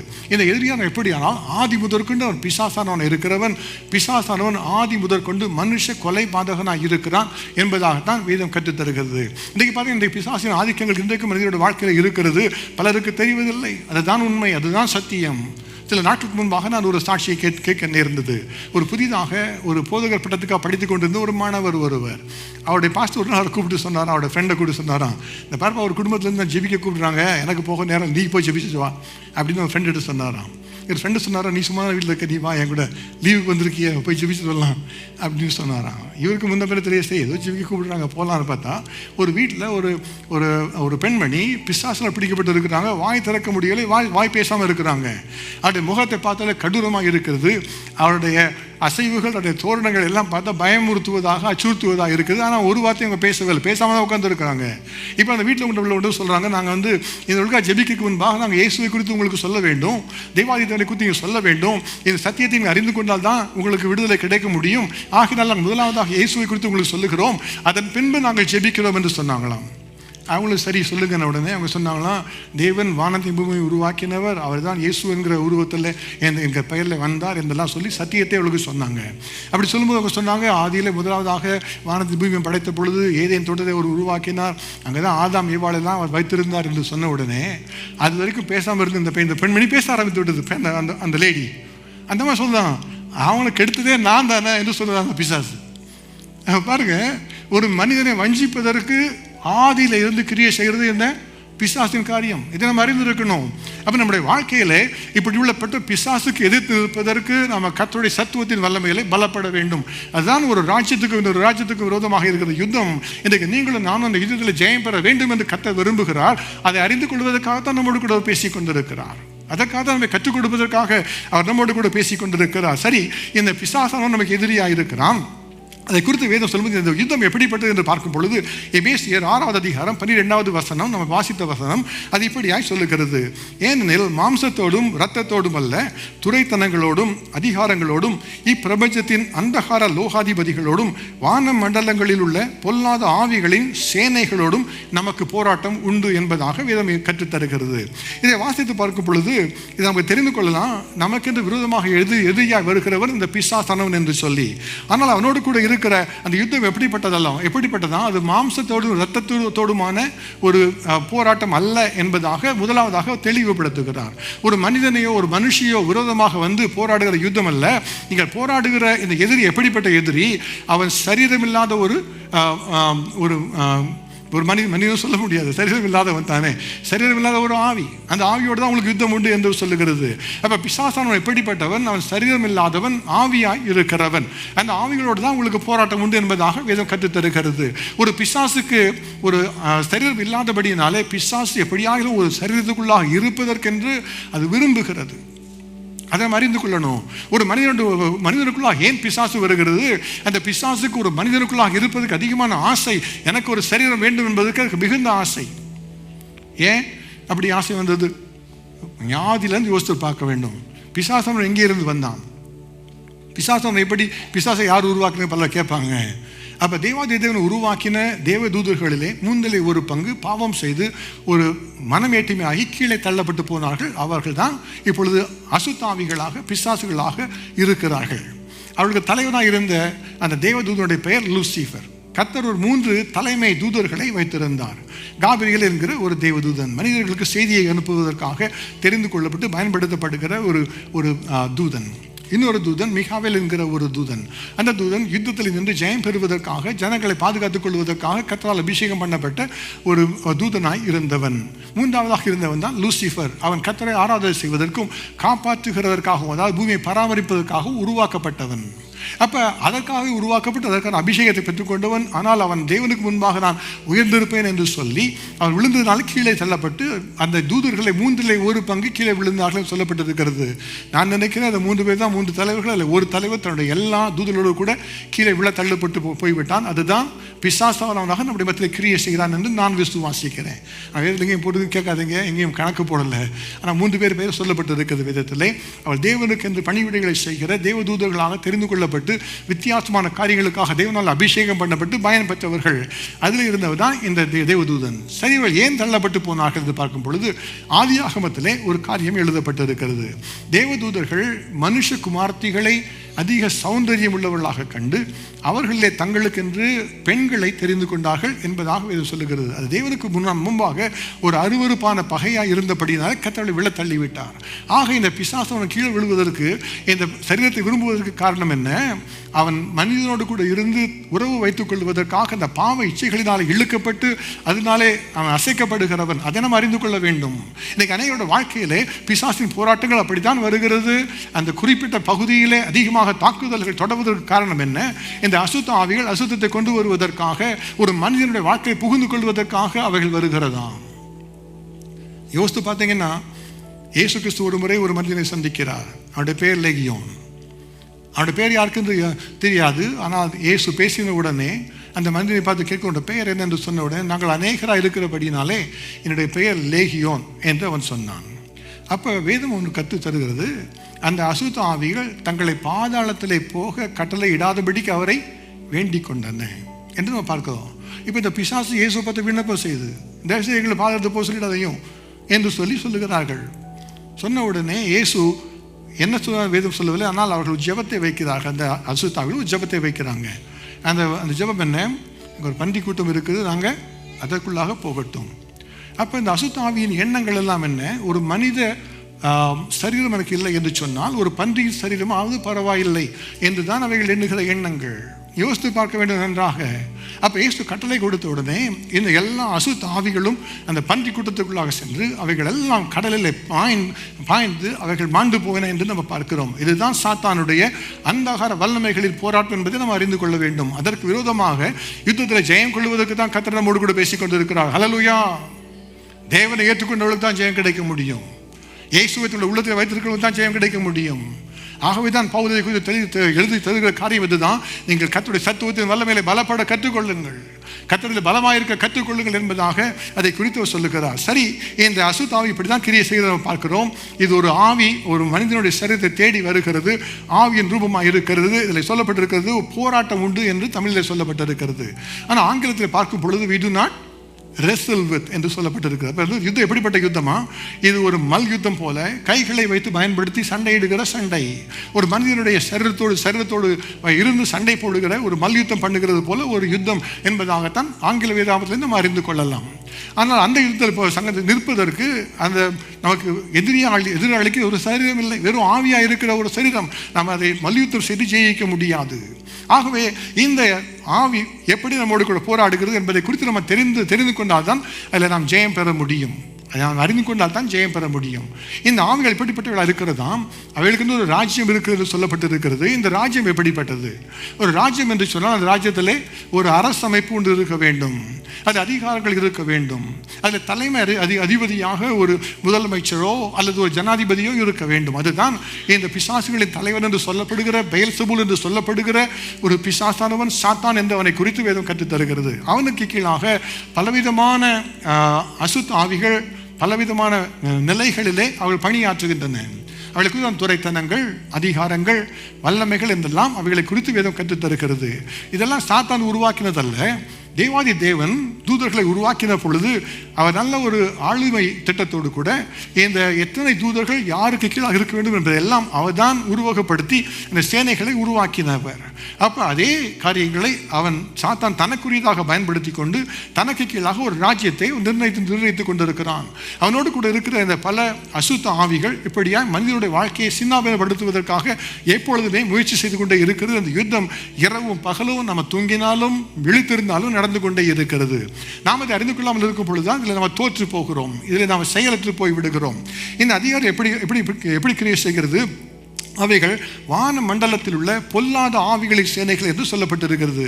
இப்போ எங்கே இருந்து யுத்தம் பண்ணுகிறாங்களா? அவர்கள் வான மண்டலத்தில் இருப்பார்கள். அப்போ இந்த பிசாசுக்கு ஒரு அதிகாரம் ஒன்று இருக்கிறது, அவனுக்கு ராஜ்யம் ஒன்று இருக்கிறது என்று இயேசு சொல்லி இருக்கிறார். இந்த ராஜ்யம் எங்கே இருக்கிறது? இது நரகத்தில் இல்லை. நம்ம நினைத்துக்கொள்கிறோம் சாதாரண நரகத்தில் உட்காந்து காத்துட்டு இருக்கா நம்ம வர்றதுக்காக அப்படி சொல்லு, அப்படிலாம் இல்லை. வேதம் சொல்லுகிறது என்ன சொல்லுகிறது? கடைசி நாளிலே கர்த்தர் நியாயம் தீர்க்கும் பொழுது மிருகமும் கள்ளத்தீர்க்க தரிசியும் இருக்கிற இடமாகிய அக்னியும் கந்தகமும் எரிகிற அக்னி கடலிலே இந்த சாத்தான் தள்ளப்படுவான் என்று தான் வெளிப்படுத்தும் விசேஷத்துக்கு எழுதப்பட்டிருக்கிறது. கடைசி நாளிலே யுத்தத்திலே கர்த்தர் ஜெயம் கொண்டு இந்த பிசாசானவனை நரகத்திலே தள்ளி அடைத்து விடுவான். பிசாசுக்காகவும் அந்த தூதர்களுக்காகவும் ஆயத்தம் பண்ணப்பட்டிருக்கிற நரகம் என்றுதான் வேதம் இந்த நரகத்தை குறிப்பிடுகிறது. வேதம் என்ன சொல்லுகிறது? மனிதர்கள் பாவம் செய்தபடியினாலே பிசாசுக்காகவும் அவனுடைய தூதர்களுக்காகவும் உருவாக்கப்பட்டிருக்கிற நரகம் தன்னுடைய வாயை மட்டில்லாமல் திறந்தது என்று வேதம் கற்றுத்தருகிறது. அப்ப மனிதர்களுக்காக தேவாதி தேவன், நல்ல தேவன் இந்த நரகத்தை உண்டு பண்ணவில்லை. கீழ்ப்படியாத அசுத்த ஆவிகளுக்காக இந்த நரகத்தை உண்டு பண்ணி வைத்திருக்கிறார். ஆனால் மனிதர்கள் அந்த அசுத்தாவில பாதிக்கப்பட்டு பாவங்களுக்கு தங்களை விற்று போட்ட பொழுது அவர்களும் போவதற்கு இடம் இருக்கும்படியாக பாதாளம் தன் வாயை மட்டில்லாமல் திறந்ததாம். இது சாதாரணமான காரியம் அல்ல, நீங்களும் நானும் அறிந்து கொள்ள வேண்டிய ஒரு காரியம். அதில் ஜெயம் பெறுவதற்கு நீங்களும் தான் அதிகாரத்துள்ளலாம் இருக்க வேண்டும். சரி, அவன் நரகத்தெல்லாம் இல்லை, எங்கே தான் இருக்கான் என்று நம்ம யோசித்து பார்த்தா வேதம் தெளிவாய் சொல்லுகிறது வான மண்டலங்களில் உள்ள பொல்லாத ஆவிகளை சேனைகள் என்று சொல்லி. அப்போ ஹீஸ் இந்த ஹெவன்லீஸ் என்பதாக ஆங்கிலத்தில் சொல்லப்பட்டிருக்கிறது. ஹெவன்லீஸ் சொன்னால் நம்ம நினைக்கிறோம் அது மோட்சத்தில் கர்த்தர்லாம் இருக்கிறாரு, மோட்சத்தில் எப்படி பிசாசு இருக்கா, அப்போ கர்த்தர் மோட்சத்தில் அவனுக்கு இடம் கொடுத்து வச்சிருக்கிறாரா என்று நம்ம யோசிக்கலாம். ஆனால் வேதம் நமக்கு கற்றுத்தருக்கிற வான மண்டலங்களிலே இருக்கிறான். நாம் இப்போ ஆங்கில தமிழில் நம்ம வாசிக்கும் பொழுது ஆதியாகமம் 1:1 சொல்லுங்கள். தெரியுமா? மனப்பாடமா தெரியுமா? ஆதியிலே சத்தமா சொல்லுங்க. ஆதியிலே தேவன் வானத்தையும் பூமியையும் சிருஷ்டித்தார். யாருங்களா இங்கிலீஷ்ல தெரியும்? பார்த்தீங்களா? அது வித்தியாசம் இருக்குது. அங்கே பார்த்தீங்கன்னா ஆங்கிலத்தில் பார்த்தீங்கன்னா வானங்கள் சொல்லப்பட்டு இருக்குது. தமிழில் பார்த்தா வானம்னு சொல்றாங்க, புரிய மாட்டேங்குது நமக்கு. ஆனால் வேதத்தில் படித்தால் பல வானங்கள் இருக்கிறது என்பதை குறித்து பல சான்றுகளை நம்ம பெற்றுக்கொள்ளலாம். 1 கொரிந்தியர் 13வது அதிகாரம் என்று நினைக்கிறேன். பவுல் ஒரு அனுபவத்தை எழுதுகிறார். ஆவிக்குள்ளான ஒரு மனிதனை எனக்கு தெரியும். அவன் சில ஆண்டுகளுக்கு முன்பாக அவன் பரலோகத்துக்கு எடுத்துக்கொள்ளப்பட்டு 3ஆம் வானம் வரைக்கும் எடுத்துக்கொள்ளப்பட்டு வாக்கு கடங்காத மனிதர்கள் பேசப்படாத வார்த்தைகளை கேட்டான் என்று அறிந்திருக்கிறேன். அவன் ஆவியில் இருந்தானோ சரீரத்தில் இருந்தானோ எனக்கு தெரியவில்லை என்பதாக அவர் எழுதுகிறார். அப்போ நமக்கு தெரிந்த வரைக்கும் குறைந்தது ஒரு 3 வானங்களாவது இருக்கிறது என்று நமக்கு தெரிகிறது. அவர் சொல்லுகிற 3ஆவது வானம் வரைக்கும் எடுத்துக்கொள்ளப்பட்டான் என்று எழுதப்பட்டிருக்கிறது. ஆனால் பல இடங்களில் பார்த்தீங்கன்னா பல வானங்கள் என்பதை குறித்து பல சான்றுகளை நம்ம பார்க்கலாம். வேதம் சொல்லுகிறது, உபாகமம் 10வது அதிகாரம் 14வது வசனம், இதோ வானங்களும் வானாதி வானங்களும் பூமியும் அதிலுள்ள யாவும் உன் தேவனாகிய கர்த்தருடையவைகள். வானம் கர்த்தருடைய என்று சொல்லப்படவில்லை, வானங்களும் வானாதி வானங்களும் அவருக்குரியவைகள். எல்லாம் பாட்டு பாடுறோம் பார்த்தீங்களா? வானாதி வானங்கள் பாடுவீங்களா? தெரியுமா? தெரியுதா? பாடுற பாட்டு தான். அப்போதான் பாடுறோன்னா அறிந்து கொள்வதில்லை. பல வானங்கள் இருக்கிறது. அப்போ வானங்களும் வானாதி வானங்களும் கொள்ளக்கூடாத மகத்துவம் உள்ள தேவன் நம்முடைய தேவன். அவ்வளவு வானங்களை சிருஷ்டித்து வைத்திருக்கிறவர். நெகேமியா 9வது அதிகாரம் 6வது வசனம் சொல்லுகிறது, நீர் ஒருவரே கர்த்தர், நீ வானங்களையும் வானாதி வானங்களையும் அவருடைய சர்வ சேனைகளையும் பூமியையும் அதில் எல்லாவற்றையும் சமுத்திரங்களையும் அவைகளில் உள்ளவைகளையும் எல்லாவற்றையும் உண்டாக்கினீர். அவைகள் எல்லாம் நீர் காப்பாற்றுகிறீர். வான சேனைகள் உண்மை பணிந்து கொள்ளுகிறது என்று அவரை குறித்து எழுதப்பட்டிருக்கிறது. எபேசியர் 4வது அதிகாரம் 10வது வசனம் சொல்லுகிறது, இறங்கினவரே எல்லாவற்றையும் நிரப்பத்தக்கதாக எல்லா வானங்களுக்கும் மேலாக உன்னதத்திற்கு ஏறினவராக இருக்கிறாரா. இயேசு குறித்து சொல்லப்பட்டிருக்கிறது. அவர் இங்கே பூமியிலிருந்து வானத்துக்கு போயிட்டார் நம்ம நினைத்துக் கொள்கிறோம். அவர் என்ன செய்தாராம்? எல்லா வானங்களுக்கும் மேலாக உன்னதத்துக்கு போனாராம். அப்போ உன்னதத்தில் இருக்கிறவர் தான் நம்முடைய தேவாதி தேவன். அது 3வது வானமா 10வது வானமா நமக்கு கணக்கு தெரியாது. ஆனால் நமக்கு தெரிந்த வரைக்கும் குறைந்தது 3 வானங்கள் இருக்கின்றன. அல்ல, உன்னதங்களில் இருக்கிறவர் தான் நம்முடைய தேவாதி தேவன். எல்லாத்துக்கும் மேலாக இருக்கிறவர் நம்முடைய தேவாதி தேவன். அங்கே தான் அவர் வாசமாக இருக்கிறார். அப்போ இந்த பிசாசானவன் மோசம் போக்கி அவன் தள்ளப்பட்டு போன பொழுது அவர் கர்த்தர் அவனை வானங்களிலிருந்து உன்னதத்தில் இருந்து கீழே தள்ளினார். வேதம் அதை குறித்து சொல்லுகிறது. ஏசாயா 14வது அதிகாரம், எசேக்கியேல் 28வது அதிகாரத்தை வாசித்து பாருங்கள். நீ உன்னதங்களில் இருந்து தள்ளப்பட்டாயே என்று சொல்லி அவனை குறித்து சாட்சி சொல்லப்பட்டிருக்கு. எங்கே இருந்து? உன்னதங்களில் நீ தள்ளப்பட்டாய். நீ வானத்திலிருந்து தள்ளப்படலை, உன்னதங்களிலிருந்து தள்ளப்பட்டாய். இப்போ தள்ளப்பட்டு எங்கே வரைக்கும் தள்ளப்பட்டான்? பூமியையோ ஒரு மனுபுத்திரருக்கு கொடுத்திருக்கிறார், அங்கே அவன் வரவில்லை. ஆனால் அவன் வானாதி வானங்களிலே உன்னதத்தில் இருக்கிற, உன்னதத்தில் உள்ள வானத்திற்கு அடுத்த ஏதோ ஒரு அடுக்கான வானத்திலே அவன் தன்னுடைய ராஜ்யத்தை ஸ்தாபித்து வைத்திருக்கிறான். அங்கே இருந்துதான் அவன் தன்னுடைய காரியங்களை இந்த உலகத்திலே தேவ பிள்ளைகளுக்கு விரோதமாக அவன் ஒவ்வொரு நாளும் யுத்தத்தில் ஈடுபடுத்தி கொண்டே வருகிறான். ஆகவே தான் வேதம் சொல்லுகிறது, வான மண்டலத்தில் உள்ள பொல்லாத ஆவிகளை சேனைகளோடு நமக்கு போராட்டம் உண்டு. இந்த போராட்டத்தில் நாம் ஜெயம் பெற வேண்டும் என்று சொன்னால் அதற்கு தான் வேத ரகசியங்கள் அறிந்து கொள்ள வேண்டும். தேவனுடைய சத்தியத்தை நம்ம அறிந்து கொள்ள வேண்டும். பவுலுக்கு இந்த காரியம் தெரிந்திருந்தது, இயேசுவுக்கு இந்த காரியம் தெரிந்திருந்தபடினாலே அவர் யுத்தத்தில் ஜெயத்தோடு கூட அவர் ஊழியத்தை நிறைவேற்றினார். பவுல் அப்போஸ்தலன் அதை குறித்து அறிந்திருந்தபடினாலே அவர் எப்பொழுதுமே ஆவிக்குரிய ரகசியங்கள் குறித்து அறிந்து எப்பொழுதும் யுத்தத்தில் அவர் போராடுகிறவராக இருந்தார். அந்த போராட்ட ஜெபம், யுத்த ஜெபத்தை குறித்து அவர் தெளிவாக அறிந்திருந்தார். நீங்களும் நானும் ஜெபிப்பதற்கே நேரமில்லை என்று சொல்கிறோம். எப்படி நாம் யுத்தத்தில் இருக்க போகிறோம்? எப்படி யுத்த ஜெபத்தை நாம் செய்ய போகிறோம்? எப்படி போராட்ட ஜெபத்தில் இருக்க போகிறோம்? ஆனால் அந்த போராட்ட ஜெபத்தை தெரிந்திருக்காவிட்டால் நம்முடைய வாழ்க்கையிலே வெற்றியை நம்ம இழந்து போய்விடுகிறோம். ஏன் இந்த தோல்வி என்று நம்ம அங்கலாய்க்கிறோம்? ஏன் இந்த பிரச்சனைகள் வருகிறது என்று அங்கலாய்க்கிறோம்? ஏன் என்று சொன்னால் அது ஆவிக்குரிய யுத்தம் என்பதை குறித்து நம்ம அறிவில்லாதவர்களாய் இருக்கிறோம். தானியேலின் புஸ்தகத்தில் ஒரு காரியம் எழுதப்பட்டிருக்கிறது. தானியேல் அதிகமாக ஆவிக்குரிய ரகசியங்களை அறிந்திருந்தவர். அவர் ஜெபிக்கும் பொழுது பார்த்தீங்கன்னா, எப்பொழுது ஜெபிக்கும் பொழுது தேவ தூதர்களோடு கூட உறவாடுகிறதை குறித்தெல்லாம் வேதம் எழுதி தந்திருக்கிறது. அதோடு கூட தரிசனங்களை கண்டார், ஆவிக்குரிய தரிசனங்களை குறித்து தெரிந்து கொண்டார் என்பதை குறித்து வேதம் கற்றுத்தரு. கடைசி நாட்களை குறித்து அவர் அதிகமான தீர்க்க தரிசனங்களை சொல்லக்கூடிய அவர் வரங்களை உடையவராக இருந்தார். எல்லா சாஸ்திரிகள், மந்திரவாதிகள், ஜோசியக்காரர் எல்லாரை காட்டிலும் 10 மடங்கு சமர்த்தராக கர்த்தரை அபிஷேகித்து வைத்திருந்தார். இந்த தானியேல் ஒரு முறை ஜெபிக்க ஆரம்பிக்கிறாராம். எதற்காக ஜெபிக்கிறார்? அவர் தானியேலின் புஸ்தகம் 10வது அதிகாரத்தில் அதை குறித்து நம்ம வாசிக்கலாம். அவர் சாதாரணமாக அவர் ஜெபிக்கவில்லை, அவர் உபவாசித்து ஜெபிக்கிறார். உபவாசம் என்று சொன்னால் அவர் எதையுமே சாப்பிடாம தண்ணி குடிக்காமல் அப்படிலாம் அவர் உபவாசம் செய்யவில்லை. அவர் ஆனால் தமக்கு பிரியமான சாப்பாடெல்லாம் சாப்பிடாமல் ஒதுக்கி வைத்து விட்டு அதை தியாகம் செய்து விட்டு அவர் ஜெபித்து கொண்டு இருக்கிறார்.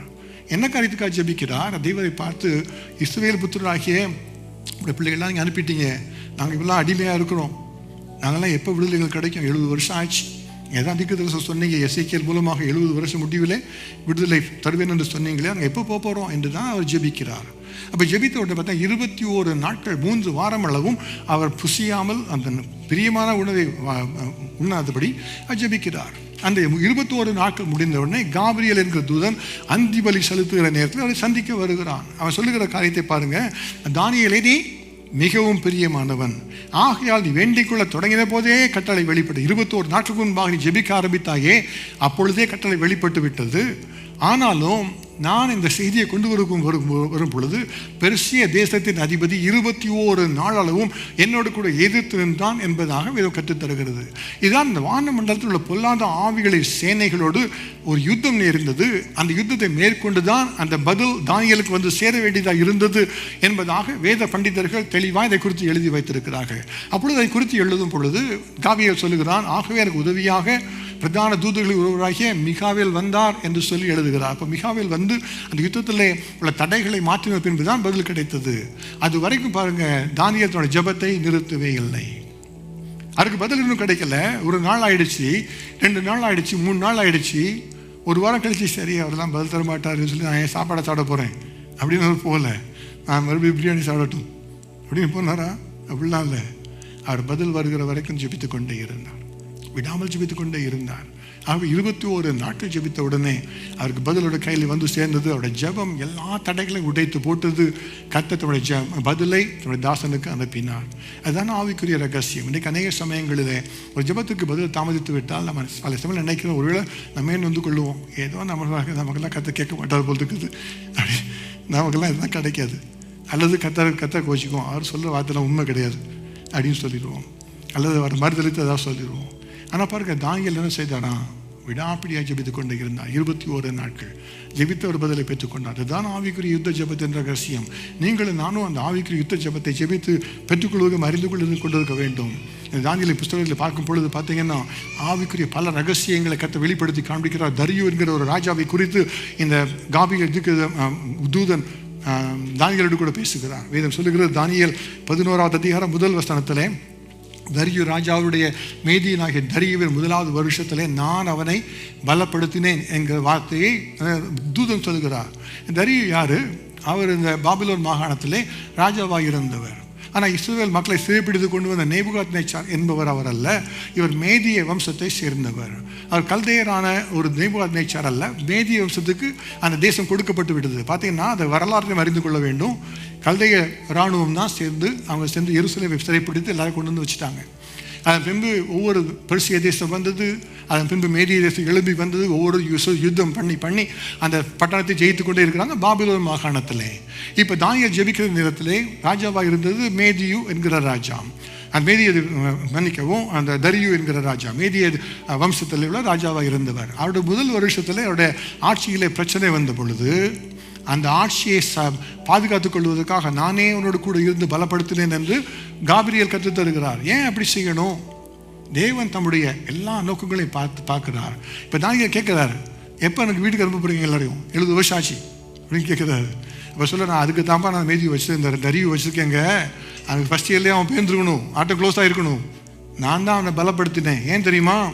அவன் தான் உங்களுடைய ஜனங்கள் எல்லாம் எருசலேம் தேவாலயத்தை கட்டுவதற்காக அவன் மறுபடியும் எல்லாரும் அனுப்பணும். ஜனங்களை மறுபடியும் திரும்ப அனுப்பணும் எருசலேமுக்கு. அதற்காக நான் தெரிந்து கொண்ட பாத்திரமாக நான் வைத்திருக்கிறேன் என்று சொல்லி கர்த்தர் சொன்னார். இதுதான் ஒரு பெரிய ரகசியம். ஆவிக்கு யுத்தத்தில் இருக்கும் பொழுது, ஒரு ஜெபம் செய்யும் பொழுது கர்த்தர் நமக்கு பல காரியங்களை வெளிப்படுத்தி கற்றுத் தருவார். ஹல்லேலூயா! நீங்கள் தேவனுக்காக ஏதோ ஒரு உன்னதமான பணியை நீங்கள் செய்யணும்னு நினைச்சீங்கன்னா, ஏதோ ஒரு மகத்துவமான ஒரு ஊழியத்தை செய்யணும்னு நினைச்சீங்கன்னா, தேவனுடைய சமூகத்தில் திறப்பிலே நின்று மன்றாடி ஜெபிக்கிற ஜெப ஊழியத்தை தெரிந்து கொள்ளுங்கள். தானியேல் அதைத்தான் செய்தார். விடாமல் ஜெபித்துக் கொண்டே இருந்தார். அவர் ஜெபித்ததினாலே பாபிலோன் மாகாணத்திலே சாத்தானால் செயல்படுத்தப்பட முடியவில்லை. அந்த தானியேல் ஜெபித்தபடியினால் 70 வருஷம் முடிவில் நிறைவேற்ற வேண்டிய வார்த்தைகளை நிறைவேற்றுவதற்கு எல்லா சாத்தானின் தடைகளையும் கர்த்தர் உடைத்து போட்டு தன்னுடைய வார்த்தைகளை நிறைவேற்றினார். கர்த்தர் தான் தீர்க்கதரிசனம் சொன்ன வார்த்தைகள். ஆனால் அதற்காக ஜெபிப்பதற்காக ஒரு மனிதனை தேடுகிறேன் என்று கர்த்தர் சொல்லுகிறார். நான் பூமியை அழிக்காதபடி, தேசத்தை அழிக்காதபடிக்கு திறப்பிலே நிற்கவும் சுவரை அடைக்கவும் தக்கதாக ஒரு மனிதனை தேடுகிறேன். ஏன் அவரை தேடுகிறார்? ஒரு மனிதனுடைய ஜெபத்தினாலே இந்த மனிதனுக்கு கொடுக்கப்பட்ட அதிகாரத்தின் மூலமாக இந்த பூமியிலே கர்த்தர் தம்முடைய ராஜ்யத்தை கொண்டு வர முடியும். நம்ம எல்லாம் ஜெபிக்கிறோம். ஆனால் இந்த பரமண்டலத்தில் உள்ள ஜெபத்தை செய்யும் போது எவ்வளவு முறை உண்மையாகவே நம்ம உணர்ந்து நம்ம ஜெபிக்கிறோம். வாயை மூடிக்கொண்டு நம்ம செய்யணும். பரமண்டல பிதாவே ஒரு நாமம் பரிசுத்தப்படுவதாக அப்படின்னு சொல்லுவோம். அதுக்கு பின்பு ஒரு காரியம் சொல்லப்படுவது, ராஜ்யம் வருவதாக, பிசாசின் ராஜ்யத்துக்கு முடிவு கொண்டு வரப்பட்டு உம்முடைய ராஜ்யம் வருவதாக என்று ஜெபிக்க ஏன் இயேசு கற்றுக் கொடுத்தார்? பூமியிலே மனிதனுக்கு ஒரு அதிகாரத்தை கற்றுக் கொடுத்திருக்கிறார். பூமி உனக்கு தான் தந்திருக்கிறேன், உனக்கு தான் அதிகாரம் இருக்கிறது. நீ தான் இதை குறித்து கட்டளையிட வேண்டும், நீ தான் ஜெபிக்க வேண்டும். உன்னுடைய தேசத்திற்காக நீ தான் உத்தரவாதம் எடுத்து ஜெபிக்க வேண்டும். ஆகவே அப்படி ஜெபிப்பதற்கு யாராகிலும் உண்டா என்று அவர் தேடுகிறாராம். ஒரு ஊழியத்தை செய்ய விரும்பினால் அந்த மன்றாட்டு ஜெப ஊழியத்தை தெரிந்து கொள்ளுங்க. இப்போ சர்ச்சில் ஜெபம் கேட்டால் யாரும் வருகிறது இல்லை. எத்தனை பேர் உட்கார்ந்துருக்கிறோம்? நம்ம எத்தனை பேர் முந்தா நேற்றைய தினம் வந்தீர்கள் சனிக்கிழமை ஜெபத்திற்கு? நான் C.S. ஸ்பர்ஜன் எழுதின ஒரு புத்தகம் கையில் கிடைத்தது. அதை முழுசு படிக்கிற நேரம் இல்லை. எங்கே திருப்பி பாதியில் படிச்சுட்டு இருந்தேன். ஆனால் ஒரே ஒரு பக்கம் தான் படித்தேன். படித்த உடனே அது என்னையே நிறுத்தி போட்டது. அதை போட்டு இந்த சவால் என்னை அதிர்ச்சி அடைய செய்தது. ஸ்பர்ஜன் எழுதுகிறார், ஒரு சபையின் அதிகாரம், ஒரு சபையினுடைய வல்லமை எல்லாம் அந்த ஜெப கூட்டத்தில் எத்தனை பேர் பங்கு பெறுகிறார்கள் என்பதை குறித்து தான் இருக்கிறது என்று சொல்லி எழுதியிருந்தார். அப்போ சொல்லி ஒரு காரியத்தை சொல்லியிருந்தார். அநேகர் சொல்லுவார்களாம், it is just a prayer meeting, it is just a prayer meeting. I pity for people who would make that comment. It is just a prayer meeting, then why are you coming to the church? கர்த்தர் என்ன சொல்கிறார்? வீடு சகல ஜனங்களுக்கும் ஜெப வீடு என்று என்னப்படும். ஜெபிக்காம யார் யுத்தத்தில் ஜெயம் பெற முடியும்? முழங்கால் யுத்தத்துக்கு முழங்கால போக வேண்டுமே. உள்ளத்தில் நீங்களே வைத்து யோசித்து பாருங்க. கர்த்தாவே, நான் ஜெபத்தை அலட்சியமா எண்ணக்கூடாது, அற்பமா எண்ணக்கூடாது. இத்தனை பேருக்கு காரியங்கள் இடம் கொடுக்கிறோம், ஜெபத்திற்கு ஏன் இடம் கொடுப்பது இல்லை? பவுல் இதை குறித்து எல்லாம் தெளிவாக எழுதி கொண்டு வருகிறார். இந்த ஜெபத்தினாலே தான் விடுதலை உண்டு என்று அவர் தெரிந்திருந்தபடியினாலே இந்த செய்தியின் இந்த எல்லா காரியங்களுக்கும் கடைசியிலே அவர் எழுதுகிற காரியம் இதுதான். எப்படி இதை செய்ய வேண்டுமா? நீங்கள் அந்த ஜெபத்தில் உங்களை உறுதிப்படுத்திக் கொள்ள வேண்டும் என்று சொல்லி அவர் எழுதுகிறார். எபேசியர் 6வது அதிகாரம் 18வது வசனத்தில் அவர் சொல்லுகிற காரியம் இதுதான். எந்த சமயத்திலும் சகல விதமான வேண்டுதலோடும் விண்ணப்பத்தோடும் ஆவியினாலே ஜெபம் பண்ணி அதன் பொருட்டு மிகுந்த மன உறுதியோடும் சகல பரிசுத்தவான்களுக்காகவும் பண்ணும் வேண்டுதலோடும் விழித்து கொண்டிருங்கள். கடைசி நாள் வர போகிறது. விடுபட்டு போயிடக்கூடாது. அதுக்கு விழிச்சு கொண்டு நாம் ஜெபிக்கணும். சாதாரணமான ஜெபம் அல்ல, ஒரு யுத்த ஜெபம். தேவனுடைய சமூகத்தில் பிசாசின் அதிகாரங்களை உடைக்கிற ஒரு ஜெபம், தேவனுடைய ராஜ்யம் கட்டப்படுவதற்காக ஜெபிக்கப்படுகிற ஜெபம். அப்படிப்பட்ட ஜெபம் தான் கடைசி நாளிலே தேவனுடைய சமூகத்தில் தூப கலசத்திலே போடப்பட்டு தூபவர்க்கமாக எழும்பும். வெளிப்படுத்த கற்றுத் தருகிறது. பரிசுத்தவானுடைய ஜெபங்கள் தான் தூபவர்க்கமாய் போகிறதா. அந்த ஜெபத்திற்கு ஜெபிக்க அர்ப்பணித்துக் கொள்ள வேண்டும். தொடர்ந்து நம்ம செய்தி அடுத்த வாரம் தியானிக்கலாம். இப்போ எல்லாரும் எழுந்து நம்ம ஜெபிக்க போகிறோம். தேவனுடைய சமூகத்தில் கர்த்தாவே எனக்கு கிருபை தாரும் என்று சொல்லி ஜெபிக்க போகிறோம். கர்த்தரிலும் சத்துவத்தின் வல்லமையிலும் பலப்படுங்கள். கர்த்தரிலோட சத்துவத்தின் வல்லமையிலும் பலப்படுங்க. எப்படி பலப்படணும்? அது ஜெபித்தால் தான் முடியும். ஜெபித்தால் தான் நடக்க முடியும். இன்றைக்கு கர்த்தர் உங்களோடு கூட பேசிக்கொண்டிருக்கிற காரியங்களை நீங்கள் தான் அவருக்கு உத்தரவு சொல்ல வேண்டும். அவருக்கு கூட நீங்கள் தான் பேசணும். கர்த்தாவே, நான் சபைக்கென்று எதற்காக வருகிறேன்? இந்த யுத்தத்தில் நிற்பதற்கு எனக்கு பலன் உண்டா? இதற்குரிய ஒரு வல்லமை எனக்கு உண்டா? இதை நான் எப்படி பெற்றுக்கொள்வது? இந்த கடைசி நாளிலே நான் எப்படி உத்தரவாதத்தோடு நிற்பது?